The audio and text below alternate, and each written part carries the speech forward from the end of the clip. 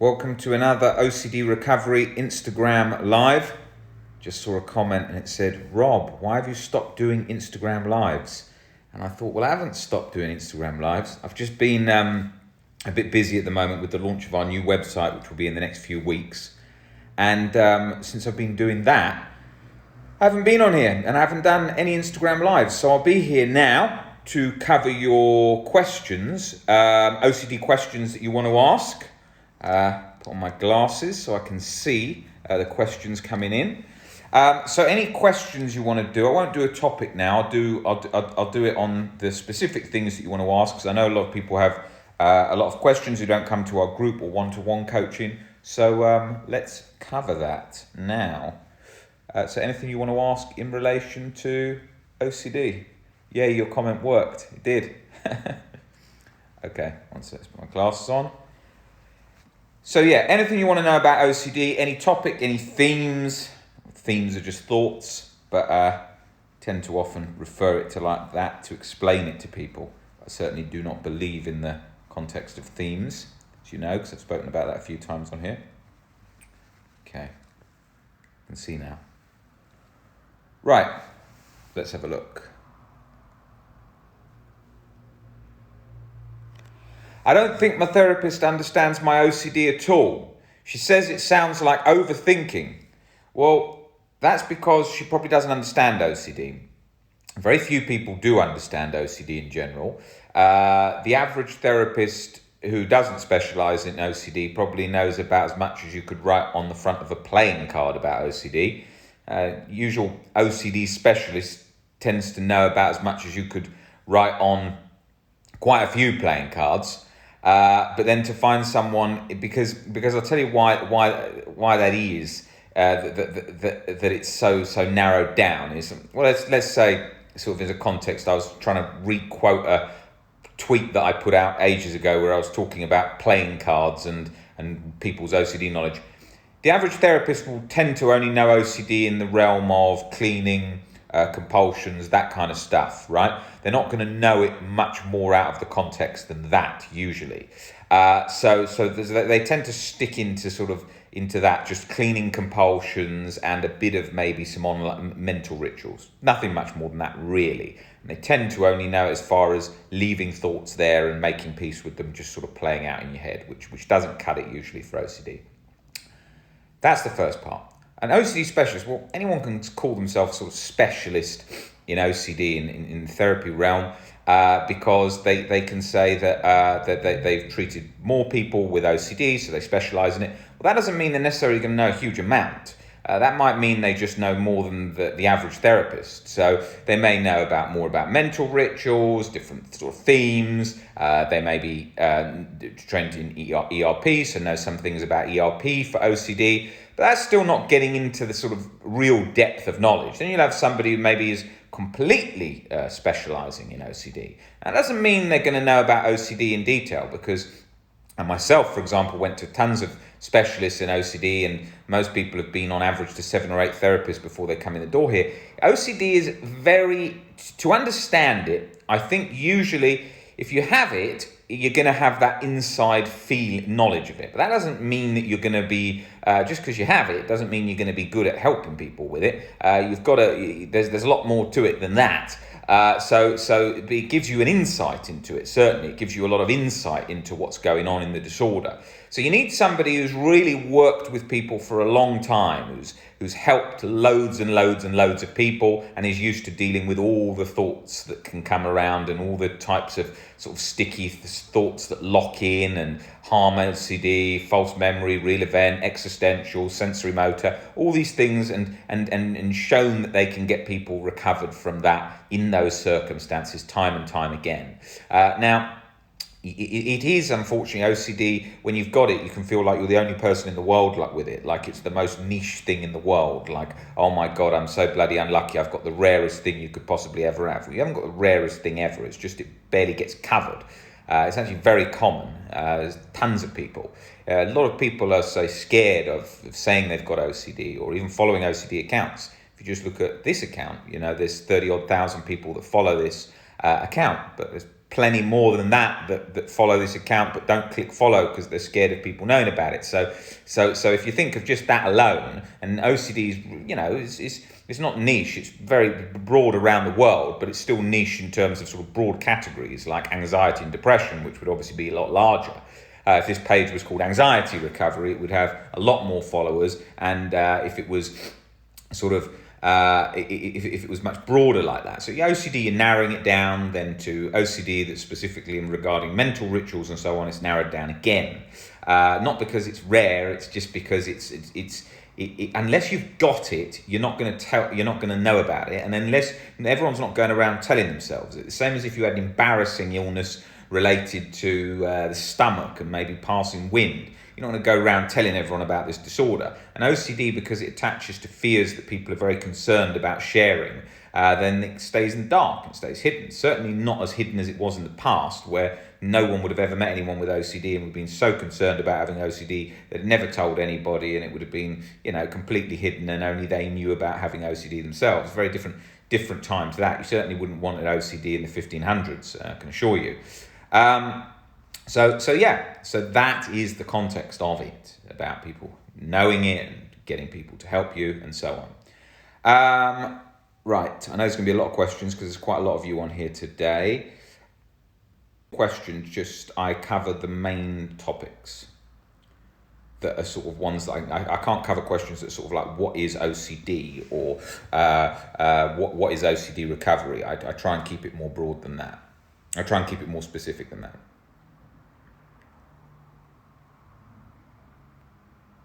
How to accept the presence of OCD thoughts.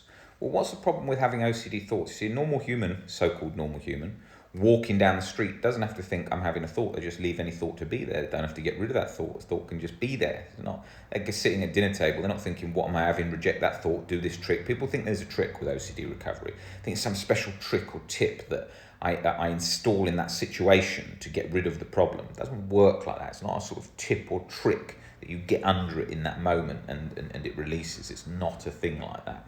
It's very much a thing where you have to, it's about changing your philosophies, not in the moment of anxiety attack, bit by bit, which helps get under it, as well as learning to leave and make peace with sensations. Thoughts are a form of sensations, and all of that to be present without trying to attack and be rid of it.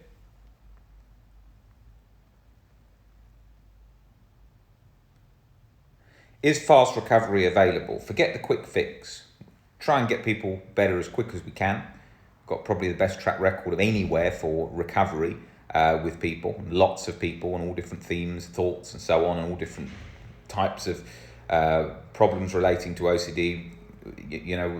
This is what we're doing 24/7. Well, not literally 24/7, but pretty much around the clock in terms of all the people that have OCD going through the Facebook group and all the social media and so on. So, it's forget the fast. Go as quick as possible, trying to get people big reduction in symptoms within months rather than decades. But it can take you a while to get under it. It took me about 17 months or so to really get under it, and then longer for it to really sort of be completely at peace. But it takes a while, and it's getting rid of the quick fix. The quick fix becomes a compulsion. That quick chase that you're constantly looking for, that becomes a problem.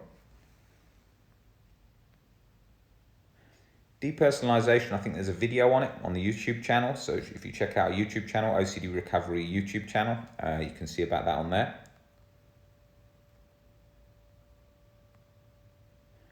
Relationship OCD, there's lots of great videos on relationship OCD on the YouTube channel. If you go on there, you can see that in the playlist titled ROCD. Is getting shivers whenever I'm nervous or anxious normal? You're probably scared that it's not normal, so that's a health OCD concern. So you want to look at that in terms of learning to accept both all physical sensations or health sensations, as well as moving towards accepting death more is key to getting under that. Key for unconditional self-acceptance for beginners. I would just start with the first book, How to Stubbornly Refuse to Make Yourself Miserable About Anything by Albert Ellis.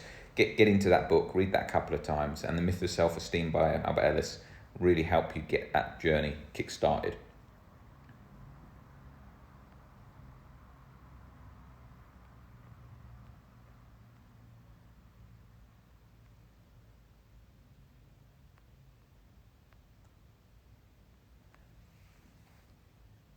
Just like Sophia there says, one of our moderators from the Facebook group, you can't differentiate between what's OCD and not. That's where you have to go with uncertainty.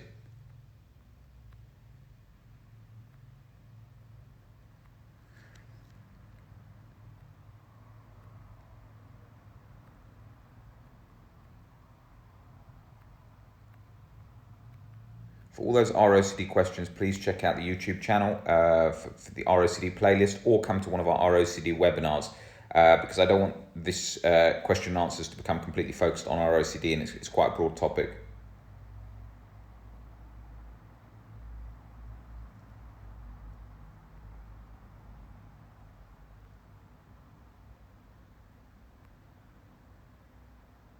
How do I accept the presence of OCD thoughts? Well, it's your fear of them because you remember, you associate what they did, how you felt when you had them initially, how bad you felt. So you get scared of feeling like that. So you're constantly trying to reject them, whereas you just need to leave them be. It's the same as if you had a flu and I told you the flu will be over in 2 weeks, you don't need any medication, just leave it to pass. You'd leave it to pass. But in your head, you're sort of trying to stir with a stick this muddy water to try and get it to clear, and it's obviously keeps making it more muddy.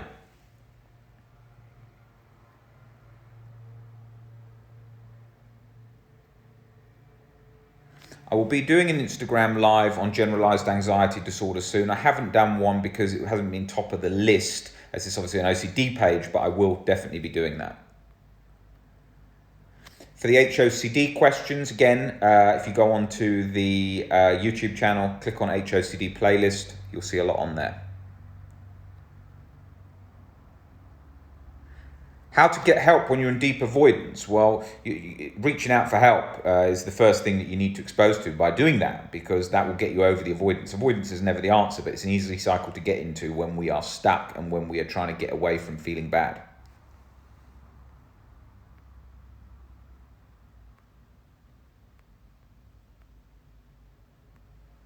How can someone with health OCD differentiate between real problems against intrusive thoughts, which also feel real? When does one get checked? Well, that's the same as what Sophia was saying. You have to learn to be at peace with not knowing, with getting comfortable. Otherwise, you'll be going to doctors every week. So you've got to get used to, for me, that was very much about learning to accept death and learning to accept physical symptoms.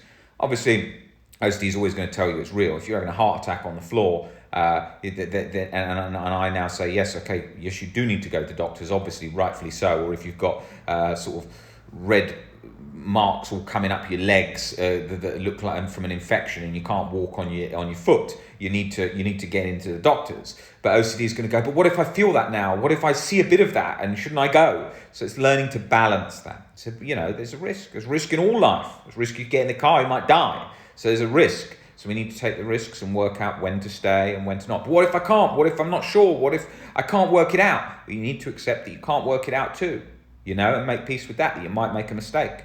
And it's learning to just settle that down, so it's not that just fight or flight, trying to rush, which is what causes so much of the problem.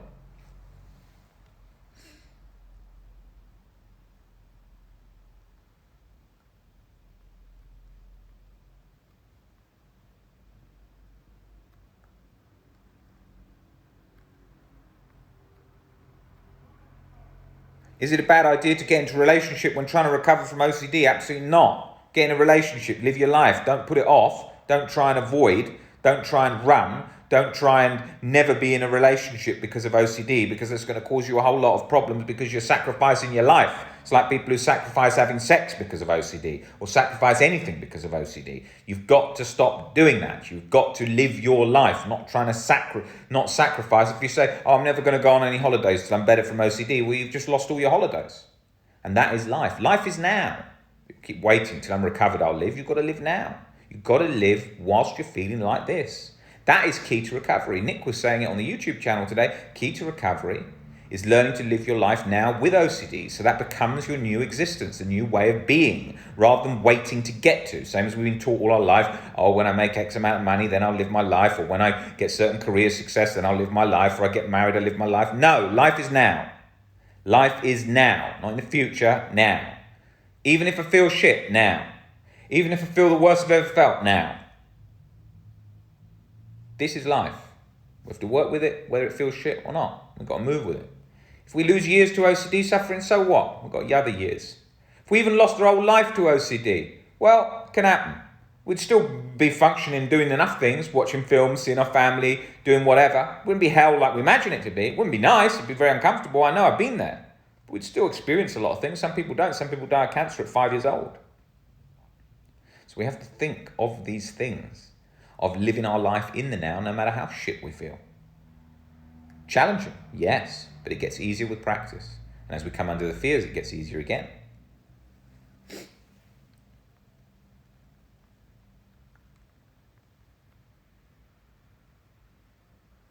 Schizophrenia or OCD I've covered on the YouTube channel. You can check that out. Talking about fear of going crazy, etc.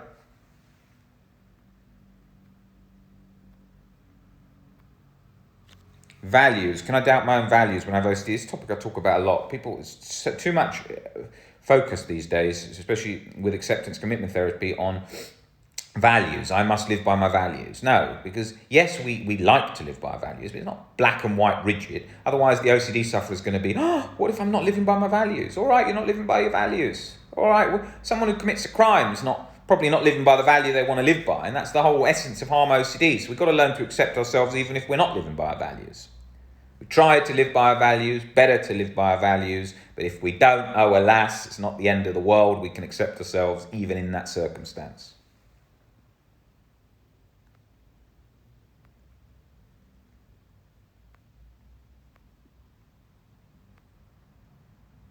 At my doctor's every week, you've got to cut down going to doctors. You're going way too much. You've got to cut down how often you are going to the doctors. I used to go very regularly. It's until you sit with it and don't go so regularly, then it will release. But if you're going all the time, you're keeping that cycle going. It's affecting my sleep, waking up like I've been for a run, shouting I can't breathe, 2 a.m, shivering with fear to the point I'm afraid to go to bed. Well, I used to have that for years. Felt like a machine going off in my chest, waking up unrefreshed sleep, feeling shit every day. You know what you've got to do? You've got to do a certain amount of sleep hygiene. I've got some videos on the YouTube channel about sleep. You've got to do a certain amount of sleep hygiene, going to bed at the right time, no caffeine, alcohol, so on before bed, and not trying to force sleep, not trying to control sleep. If you don't sleep, you sleep 5-6 hours a night, so be it. Doubt you're going to die. You just got to go through life like that, even if you feel lethargic. And as you get less and less scared of it, it'll all go back to normal. It's only fear of it that's pushing it. And the anxiety that you're feeling is waking you up and causing all the palpitations or whatever, or any of those things, night sweats, shivers, whatever. And as you become less anxious, you get under the fears, you do more work on your anxiety, it's going to get easier and you're going to be able to sleep and rest more, better quality of sleep. And that's definitely was the case for me, was getting under those fears. But some of the anxiety, physical symptoms can linger, especially in the likes of generalized anxiety disorder, which I had too. It takes a while. It takes a while for those to go through. So it's about learning to make peace with what you can't change. Viewing it like, even if a disease, like you had a disease. Okay, if you had a disease, what could you do? You just got to learn to live with that disease. It's giving up that internal fight, like I was talking about using that stick in the muddy water earlier on.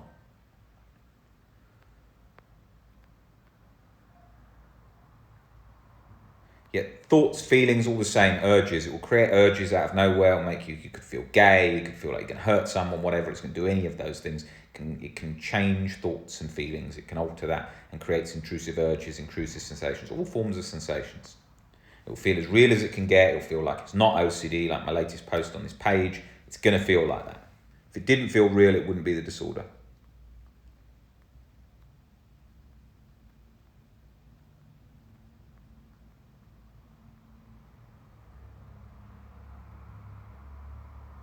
Like Steph said there, it's always going to tell you don't have it. It's the doubting disorder. That's in its name. You know, most of my day is spent working through with people about teaching them about that kind of stuff. That, you know, it's a doubting disorder. That's the very nature of this disorder. It's designed to make you feel, to doubt things, designed to make you feel questioning. If it just felt like nothing, you wouldn't have a disorder. You wouldn't have a problem. You'd just forget it like it was nothing.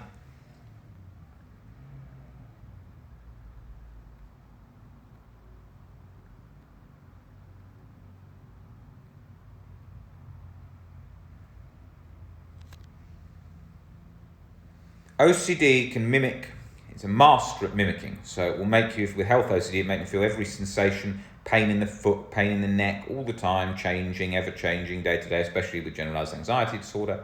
If it's a relation to flu or something, make you feel like you've got a stuffy nose, make you feel lethargic, comes and goes. It is amazing the things it does because it's all in tune in the nervous system. So it's going to create those sensations. They're going to play out. So you've got to get comfortable with them and leave them to play out. Leave them to pass. Leave the nervous system to fire up. Don't try and rid yourself from it all the time. Don't try and work it out all the time, which is hard internal pushing and pulling all the time going on. Leave it all to play out. Leave it be. Leave the nerves to fire away. Leave the body to shiver. Leave the body to feel hot. Leave the body to feel pain. Leave the body to feel aches. Leave the body to feel any of it. That's the whole point. And as you do that and you get more comfortable with those sensations, it's going to release.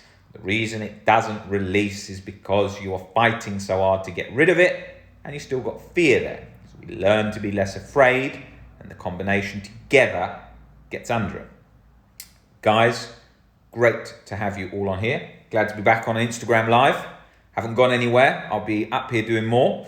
I'll be back on with another Q&A shortly, next couple of days, to answer your questions. Thanks to all of you that have watched this and contributed with your questions, and I'll see you on the next one. See you later, guys. Bye.